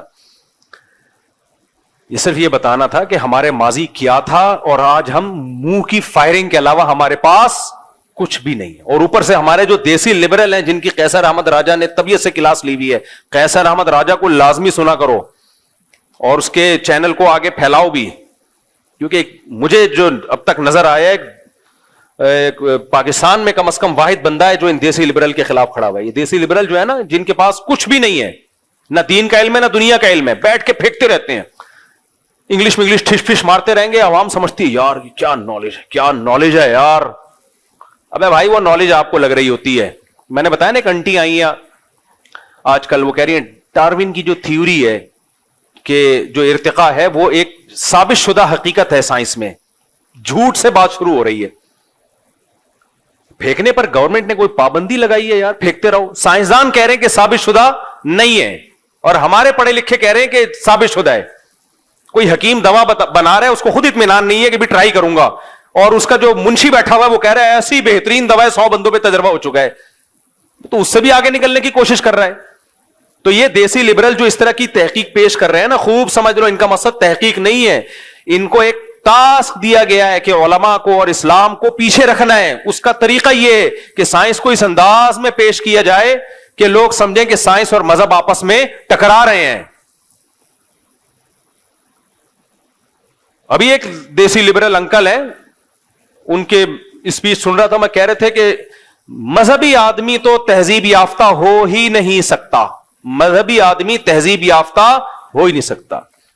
واہ واہ واہ واہ واہ بھائی, تہذیب مذہب کے علاوہ خدا کی قسم کسی کا باپ کہنے والا تھا, لیکن پھر دیکھا تہذیب یافتہ نہیں ہوتے یہ. دیکھو مذہب جو ہے نا بھائی ہمارا اسٹائل ہے نا, اسٹائل تھوڑی ہم چینج کریں گے. اسٹائل ہے نا, اسٹائل بھی تہذیب کا ایک حصہ ہے. انگریز بھی تو باپ کے, تو ان کے باپ ہوتے نہیں تو وہ ماں کے تانے دیتے ہیں. یہ تہذیب ہے جن کو یہ مہذب کہہ رہے ہیں نا. دیکھو میں اگر کہنے والا تھا کہ مذہب نہ ہو تو کسی کا باپ بھی تہذیب نہیں سکھا سکتا, یہ جملہ میں نے ادھورا چھوڑ دیا نا. اگر میں یہ جملہ بولتا کہتے دیکھو یہ مولویوں کی لینگویج ہے, کسی کا باپ بھی نہیں سکھا سکتا, کسی کا چاچا بھی نہیں سکھا سکتا, تو یہ گورے بہت مہذب ہیں, حالانکہ گوروں میں باپ ہوتا ہی نہیں ہے. ابے مجھے ایک بات بتاؤ, جس کا باپ ہو, جن کے ہاں باپ ہوتے ہوں لیکن زبان صاف نہ ہو, وہ بھی غیر تہذیب یافتہ ہے میرے جیسے, مہذب نہیں ہے, میرے جیسے دیسی ہیں وہ, لیکن باپ ہے. اور ان لوگوں کے ہاں باپ ہوتے ہیں, اور ایک اخلاق بہت ٹائٹ زبردست, لیکن ان لوگ کیا باپ ہی مارکیٹ سے کیا ہو گیا ہو, شارٹ, زنا سے بچے پیدا ہوتے ہوں. اس بچے کو کوئی مرد اون کرنے کے لیے تیار نہ ہو کہ میرا بیٹا ہے. ان کو کیا کہہ رہے ہیں, تہذیب یافتہ. آپ نے یہ سمجھ میں آ رہا ہے میں کیا کہنا چاہ رہا ہوں؟ او بھائی ایک تہذیب کی شکل ہوتی ہے, nice to meet you, thank you, 3 piece suit tie, بغلیں بھی کون جھانک رہا ہے جا کے, وہ بھی چھپی بھی ہیں, بس اوپر سے فٹ فاٹ. لیکن سوسائٹی میں زنا بھی ہے, بے انتہا نشہ ہے, نشے کے بغیر کوئی چل نہیں سکتا, اور نشہ نہ بھی ہو تو 15-20 کپ کافی پیے بغیر ان کا دماغ ہی کام نہیں کرتا. اتنے زیادہ ہائپر لوگ ہوں, ہر شخص نشہ کر رہا ہو. بہت سے ملکوں میں نشہ لیگل ہو, شراب تو لیگل ہے ہی ساری دنیا میں. اتنا زنا, اتنا زنا, اتنا زنا, پھر نسلیں روک لی ہوں کہ ان کو کھلانا پڑے گا کمبختوں کو. اس کو کہہ دیا تہذیب. اور مذہبی آدمی جو بیچارہ 2-4 کبھی الٹی سیدھی باتیں ممبر پہ بیٹھ کے اسٹائل ٹھیک نہیں ہوتا, اس کا بات ٹھیک کر رہا ہوتا ہے, اس کو کہہ دیا یہ ہے ہمیں تہذیب سکھائیں گے. تکلف اور تہذیب میں زمین اور آسمان کا فرق ہے. کبھی چھپڑ میں خوشبو لگا کے اکیلے میں ملو, خدا کی قسم انسانیت کی خدمت میں نے جتنی علماء میں, صلحاء میں, تبلیغ والوں میں دیکھی ہے, کسی میں نہیں دیکھی ہے. گورا اس کی خاک تک نہیں پہنچا ہے. جو انسانیت کی خدمت, میں ہر مولوی کی بات نہیں کر رہا, ہر ممبر پہ بیٹھا ہوا عالم نہیں ہوتا. ہر وہ شخص جو اللہ رسول کی نام لے رہا ہے وہ عالم نہیں ہوتا, وہ دیندار بھی ہونا ضروری نہیں ہے. بہت سے لوگ مذہب کا منجن بیچتے ہیں. میں تو خود بتاتا رہتا ہوں کتنے مدارس ہیں جن میں بھرپور کرپشن ہے, اور اس مدرسے کے محتمم نے 4 دیواری کھڑی کر کے یتیم بچوں کو لا کے رکھا اس لیے تاکہ نوٹ چھاپ سکے. گیٹ اپ اس کا مذہبی ہے, تو گیٹ اپ کی بات میں کر نہیں رہا ہوں. صحیح معنوں میں جو علماء ہیں, آپ کبھی ان کے پاس بیٹھو, ان کے حوال پڑھو, سنو, آپ کی 14 طبق روشن ہو جائیں گے آپ کے.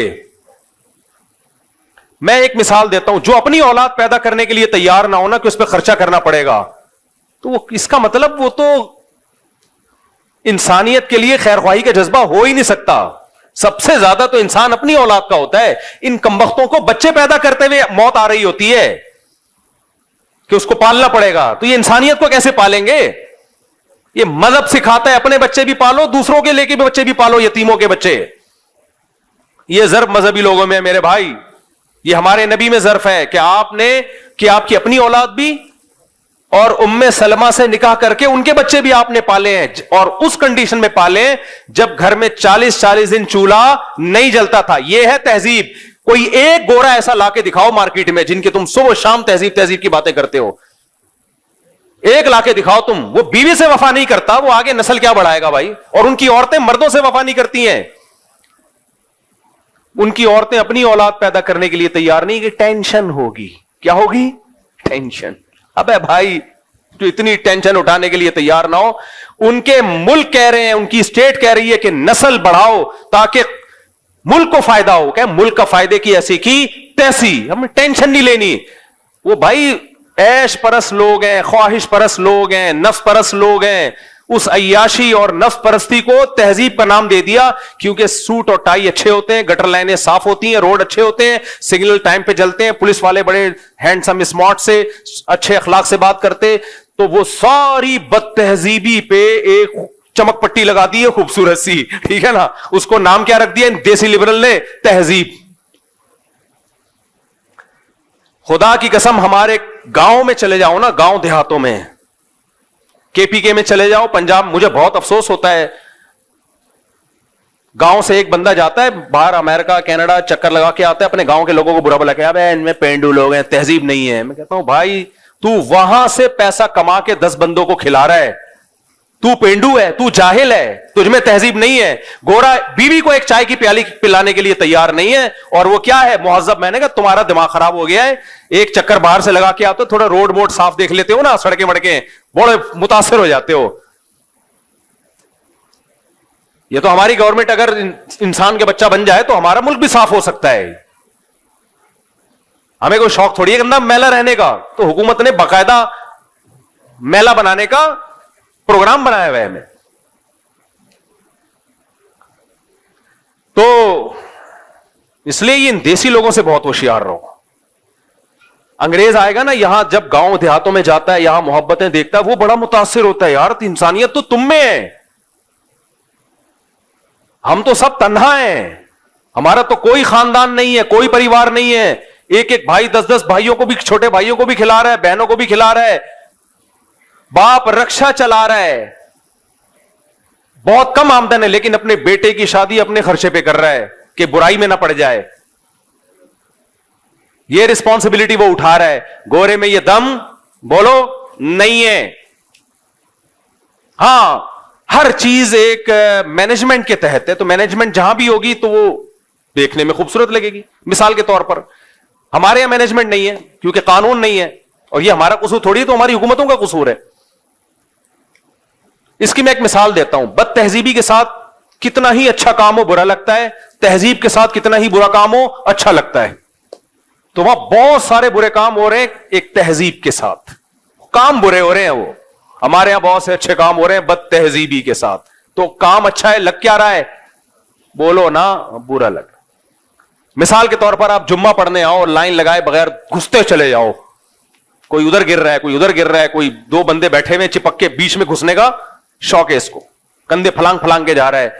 پڑھ کیا رہا ہے؟ نماز, جس میں اس کو 1 روپیہ نہیں مل رہا, باوضو ہو کے آ رہا ہے, اپنا ٹائم اللہ کے لیے قربان کر رہا ہے, سجدہ کر رہا ہے, سبحان ربی الاعلی, سبحان ربی العظیم, ایاک نعبد و ایاک نستعین, اور پھر ٹھیک ٹھاک پیسہ بھی نکال کے دیتا ہے چندے کے لیے. یہ اس لیے کہہ رہا ہوں کہ تاکہ دیا کرو, چندے کے لیے پیسہ بھی دیتا ہے, اپنی جان اپنا مال خرچ کر رہا ہے, اور پھر جناب بڑے تحمل کے ساتھ بیٹھ کے دعا بھی مانگ رہا ہے اپنے مرحوم والدین کے لیے, یا ماں کے لیے, یا باپ کے لیے. کتنا اچھا کام کیا نا, لیکن چونکہ بد تہذیبی کے ساتھ ہو رہا ہے, کوئی دیکھے گا بولے کیسے بد تہذیب لوگ ہیں یار, چپلیں آڑی ترشی رکھی ہوئی ہیں, مسجد کا خادم اس دن چھٹی پر تھا, اس نے جھاڑو لگائی نہیں ہے. یہی ہوتا ہے ہمارے یہاں. جھاڑو لگائی تھی تو کیچڑ والے پاؤں لے کے لوگ اندر آ گئے, اور پنکھا کام نہیں کر رہا, اسپیکر شور کر رہا ہے. صحیح ہے نا. یہ سارے مسائل نظر آئیں گے تو بندہ کیا کہ کیسے بد تہذیبی لوگ. تہذیب تو وہاں ہے یار. وہاں گئے چرس خانہ, نماز کی کوئی جگہ نہیں. جو ان کے چرچ نہیں, چرچ تو ختم. چرچ میں کوئی پادری کے علاوہ کوئی بیٹھا ہی نہیں ہوتا. ایک تھوڑا سا کم از کم اللہ کی عبادت تو ہوتی تھی نا, کچھ نہ کچھ اللہ کا نام لے لیتے تھے. وہ شرک کے ساتھ, شرک اللہ کو قبول نہیں ہے, میں شرک کو پروموٹ نہیں کر رہا, لیکن پھر بھی ہر مذہب میں کچھ خیر کی تعلیمات تو ہوتی ہے نا, مذہبی مرکزوں سے ان کو ملتی ہیں. وہ چرچ تو ہو گئے خالی, جو ان کا اپنا مذہب تھا اس کو بھی ختم. چرچ میں کم از کم ماں باپ کی خدمت کی تعلیم تو دی جاتی ہے نا, ہومو سیکشولیٹی کے خلاف بات کی جاتی ہے, زنا کو برا کہا جاتا ہے, شراب کو برا کہا جاتا ہے. جو خیر کی جگہ تھی وہ کیا ہو گئی, ختم. شراب خانوں میں جاؤ, نائٹ کلب میں جاؤ, کام سارے 2 نمبر. پی کے کوئی ادھر کو گر رہا ہے, کوئی ادھر کو گر رہا ہے, لڑکیوں سے زنا کاری, ریپ بھی ہو رہے ہیں, لیکن ہو بڑے تمیز سے رہے ہیں. جتنے پیسے دیے ہیں, جس کوالٹی کی شراب کے دیے ہیں, اسی کوالٹی کی شراب آپ کو ملے گی. شراب میں 2 نمبری نہیں ہے. ہمارے ہاں تو زمزم میں بھی 2 نمبری ہو رہی ہے. ایک ڈھکن زمزم کا لا کے گھر کی ٹینکی میں ملا دیتے ہیں, تو بوتلیں بھر بھر کے بانٹتے رہتے ہیں. پلا تو زمزم رہا ہے نا یار, بھلے ایک قطرہ پلا رہا ہو. غلط کر رہا ہے, یہ طریقہ غلط ہے. اب آپ نے کیا کیا جی, وہ اتنا خوب وہاں پر نائٹ کلب ہے, اور لیکن تمیز سے 3 پیس سوٹ ٹائی میں آپ جائیں گے, nice to meet you, how you fine, thank you, English میں ٹھیش پھیش, کوئی کسی کو دھکے نہیں دے رہا. ہر آدمی, اب میں گیا نہیں ہوں کبھی نائٹ کلب میں, اس لیے مجھے زیادہ ڈیٹیل معلوم. میں نے ایک نائٹ کلب دیکھا ہے افریقہ کا, ایک غریب ملک کا. وہ کیونکہ باہر ہی بنا ہوا تھا نائٹ کلب, اتنا غریب تھا کہ ان کے پاس دیواروں کے پیسے نہیں تھے, کیونکہ وہ غیر مسلم تھے. وہ تو نائٹ کلب, اور تھے بھی سارے سیاہ فام لوگ, بلیک کلر کے لوگ. نائٹ بھی ہو, لوگوں کا کلر بھی سیاہ ہو, اور غریبوں کا کلب ہو. تو ہم روڈ سے گزر رہے تھے, وہ کچھ چل رہی تھی نا وہاں شراب کباب. میں نے کہا اس سے تو اچھا ہمارا انڈا موڑ کا چائے کا ہوٹل ہے میرے بھائی. اب پیسے نہیں ہے بیچاروں کے پاس, تو ہیں وہ غیر مسلم, عیاشی کرنی ہے. تو میں نے کہا یار غریبوں کی عیاشی دیکھ لو, اس سے تو اچھا ہمارا انڈا موڑ کا چائے کا ہوٹل ہے. تو ان کو کوئی تہذیب یافتہ نہیں کہے گا, تمہیں پیسہ نہیں ہے. اب وہی اگر پیسہ آ جائے تو بڑا اچھا سا نائٹ کلب بنے گا, اور بڑا خوبصورت سا, تو وہاں تمیز سے لائن لگا کے لوگ کھڑے ہوں گے, اور وغیرہ وغیرہ. تو ان کو جب کوئی دیکھے گا بولے گا یار کتنے مہذب لوگ ہیں. تو یہ مہذب کیوں, آپ کام بالکل بد تہذیبی والا ہو رہا ہے, لیکن ڈسپلن کے ساتھ ہو رہا ہے, تو اس کو تہذیب یافتہ کہہ دیا. ہمارے ہاں لنگر بانٹنے کے لیے لائن میں لگا ہوا ہے, بد تہذیبی کے ساتھ. بانٹ تو لنگر رہا ہے نا, انسانیت کی خدمت کر رہا ہے, لیکن بد تہذیبی کی وجہ سے, مینجمنٹ نہ ہونے کی وجہ سے لوگ ہمیں کیا کہہ دیتے ہیں, بد تہذیبے. یا یہ دھوکہ ہے میرے بھائی. میں نئی جنریشن کو, ینگ جنریشن کو یہ سمجھانا چاہ رہا ہوں, اس دھوکے میں مت آؤ. تہذیب اسلام کے سوا کسی کے پاس نہیں ہے, اور مینجمنٹ والی تہذیب بھی اسلام 1400 سال پہلے سکھا چکا ہے. یہ جو ہمارے مسجد میں بیچوں میں گھس رہے ہیں, تو نبی اس سے پہلے منع کر چکے ہیں. نبی نے فرمایا کہ جو بھی جمعے کی نماز پڑھنے آئے, لم یتخطى رقاب الناس, اسے کسی کا کندھا پھلانگنے کی اجازت نہیں ہے, کیونکہ یہ اس سے اس کو تکلیف ہوتی ہے جس کا کندھا آپ پھلانگ رہے ہو. اور ہمارے دیسی لبرل نے کیا کہنا شروع کر دیا, مذہبی آدمی کبھی مہذب ہو نہیں سکتا. بھائی مہذب مذہبی ہی ہو سکتا ہے, مذہبی کے علاوہ کوئی مہذب نہیں ہو سکتا. آپ نے مذہب کو چھوڑ دیا تو یورپ کے کئی ممالک میں سٹا کیا ہے, لیگل. شراب تو سب نے لیگل کر دی, اتنی گندی غلیظ. شرابی کے پاس کبھی بیٹھو, بدبو کیسی آ رہی ہوتی ہے, آنکھیں بھی کیسی غلیظ ہوتی ہیں, آنکھوں سے بھی گند, منہ سے بھی گند, ناک سے بھی گند, اسمیل, بدبو. لیکن ہوگا بڑا وہ تمیز کا, پی کے بڑی زبردست کانفرنس کر رہا ہوگا, اس کو مہذب کہہ دیا. تو میرے بھائی تہذیب صرف کون سکھاتا ہے, اسلام سکھاتا ہے. تبھی دین کا علم سپیریئر ہے. جو میں ٹاپک لے کے چلا تھا وہ اسی لیے سپیریئر ہے کہ وہ آپ کو تہذیب سکھاتا ہے. باقی تہذیب کے باتیں ہیں, منہ کے فائر ہیں, جب اس کی ڈیپ میں جاؤ گے تہذیب نہیں ملے گی آپ کو. اور میں تو جاتا ہوں کے پی کے اور پنجاب کے گاؤں دیہاتوں میں, ان سے کہتا ہوں بھائی تم لوگ, کچھ خامیاں ہیں گاؤں دیہاتوں میں, کچھ خامیاں ہیں, ان خامیوں کو ٹھیک کرنے کی ضرورت ہے. یورپ کے کلچر کو فالو مت کرو, اس کو فالو کیا تو بدتر سے بدتر حالات ہو جائیں گے. 2-3 خامیاں ہیں گاؤں دیہاتوں کے لوگوں میں ہوتی ہیں ان پڑھ ہونے کی وجہ سے, ان 2-3 خامیوں کو ٹھیک کرو, لیکن باہر سے کمپیئر کر کے اپنے آپ کو کمتر مت سمجھو. تم ان سے اچھے نہیں بلکہ 1000 گنا زیادہ اچھے ہو تم ان سے. 2-3 خامیاں گاؤں دیہاتوں میں ہوتی ہیں. بہت دفعہ بہنوں کو وراثت میں حق نہیں دیا جاتا, تشدد کیا جاتا ہے. باہر ہر جگہ یہ بھی نہیں ہوتا, یہ بھی غلط مشہور ہے کہ گاؤں دیہاتوں میں عورتوں پہ تشدد ہوتا ہے. نا, ایسا نہیں ہے کہ ہر جگہ تشدد ہو, لیکن کچھ جگہ ہوتی ہیں جہاں تشدد ہوتا ہے تو ان کو سمجھانے کی ضرورت ہے. بعض جگہ عورتوں سے کام لیے جاتے ہیں, مرد گھر میں اپاہج بن کے بیٹھے ہوئے ہوتے ہیں. پنجاب کے بعض گاؤں ہیں, سب نہیں, بعض گاؤں ایسے ہیں مرد اپاہج بن کے بیٹھے ہوئے ہیں, عورتیں کام کر رہی ہیں, بچے بھی پیدا بھی کر رہی ہیں, سنبھال بھی رہی ہیں, اور مرد اپاہج بن کے بیٹھے ہوئے ہیں. یہ جہالت ہے, اس کی اصلاح ہونی چاہیے. لیکن ہمارے ہاں جو اصلاح کا طریقہ کیا اختیار کیا, ان کو ماڈرن بنا دو. ان کو کیا بنا دو؟ ماڈرن. ماڈرن کا مطلب اچھے کپڑے نہیں ہے, ماڈرن کا مطلب وہ ننگا پن ان میں لے آؤ جو وہاں ہے. اور یہ کام تعلیمی اداروں کے ذریعے ہو رہا ہے. کس کے ذریعے ہو رہا ہے؟ یہ جو جب این جی اوز بات کرتی ہیں خواتین کے لیے ایجوکیشن بہت ضروری ہے, میں قسم اٹھا کے کہہ سکتا ہوں یہ نہیں چاہتی کہ خواتین پڑھیں, یہ نہیں چاہتی. ان کا مقصد یہ ہوتا ہے کہ ایجوکیشن بہت ضروری ہے, کا مطلب یہ کہ یونیورسٹیاں اور کالج کھولو اور کو ایجوکیشن سسٹم ہو اس میں, اور اس میں خواتین کو پروفیسر پڑھانے کے دوران یہ سمجھانا شروع کر دے کہ تم باپ سے بھی آزاد ہو, شوہر سے بھی آزاد ہو, بھائی سے بھی آزاد ہو, بوائے فرینڈ رکھو اپنی مرضی کا. لیبل کیا لگایا جا رہا ہے؟ ایجوکیشن. سمجھ رہے ہو؟ جیسے میں نے اپنی بچی کو 6ٹھی کلاس کے بعد نکال لیا, 6 کلاس کے بعد اسکول تھا, لیکن اچھا اسکول تھا, پڑھاتا بھی رہتا تو کوئی حرج نہیں تھا, اچھے اسکولوں میں پڑھانے میں کوئی حرج نہیں ہے جہاں دینی ماحول ہو.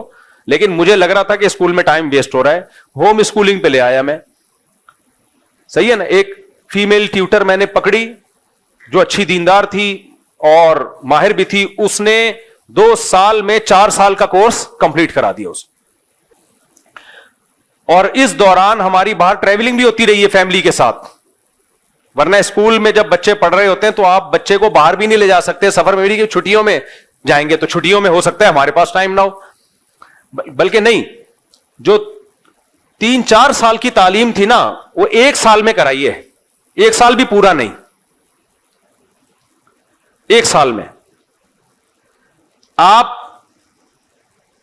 یہ جو تحریکیں چل رہی ہیں نا بچیوں کو گھروں سے نکالنے کی, این جی اوز جو کام کر رہی ہیں, آپ ان سے بولو ہم اس طرح سے اپنی بچیوں کو پڑھائیں گے, آپ دیکھو ان کے پیٹ میں اتنا مروڑ ہوگا نا, اتنا مروڑ ہوگا.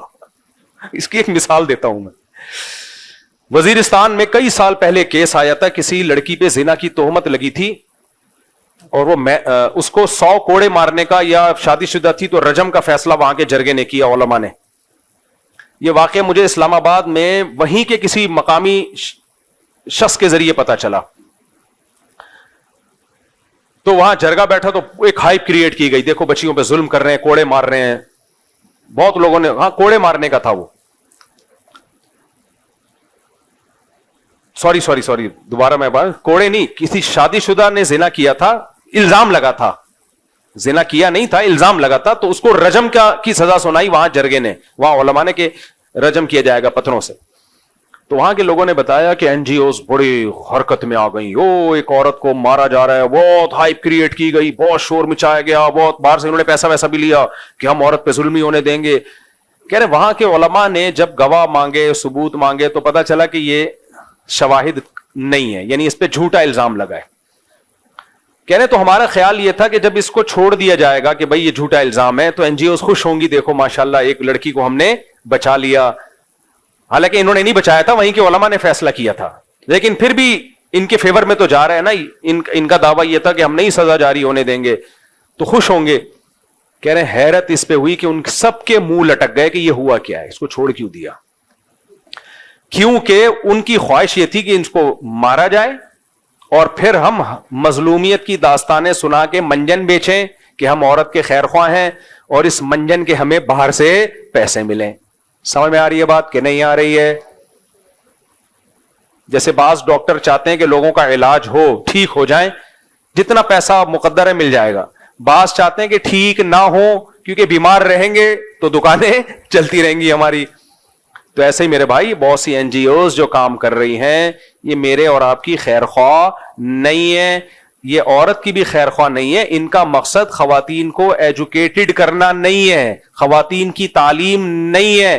تعلیم کے نام پہ بالآخر انہیں چڑیا پہنانا ہے. میں بالکل اینڈنگ پوائنٹ تک پہنچ گیا ہوں تاکہ ٹائم میرا اور آپ کا ضائع نہ ہو. چڑیاں پہنانا ہے کہ چڑیاں پہن کے گھوما کرے اور مردوں کی دسترس اور ہوس کا نشانہ بنے اور خاندانی نظام کی ایسی کی تیسی ہو جائے. یہ مقصد ہے. اپنا تو فیملی سسٹم وہ بحال کرنا چاہ رہے ہیں.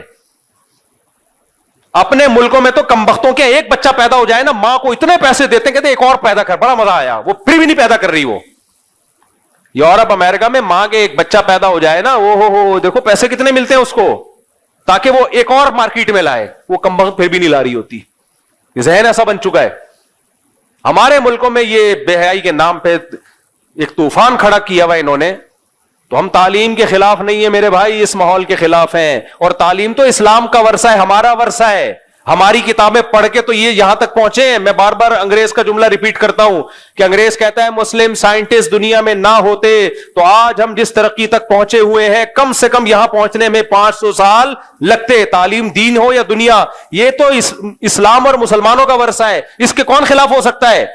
لیکن لیبل تعلیم کا لگ رہا ہے, منجن تعلیم کے نام پہ بیچا جا رہا ہے, لیکن ہے وہ منجن. اور اس منجن کا مقصد کیا ہے؟ بے حیائی پھیلانا. تبھی مردوں کی تعلیم کو بالکل بھی یہ لوگ فوکس نہیں کرتے. سمجھ رہے ہو؟ بالکل فوکس نہیں کرتے. تو اللہ ہمیں ہدایت دے. وقت بہت زیادہ ہو گیا ہے تو میرے ٹاپک کو میں چھوڑ دیتا ہوں. کوئی بات نہیں, آپ نے کون سے اہم اسلامیات کی تیاری کرنی ہے.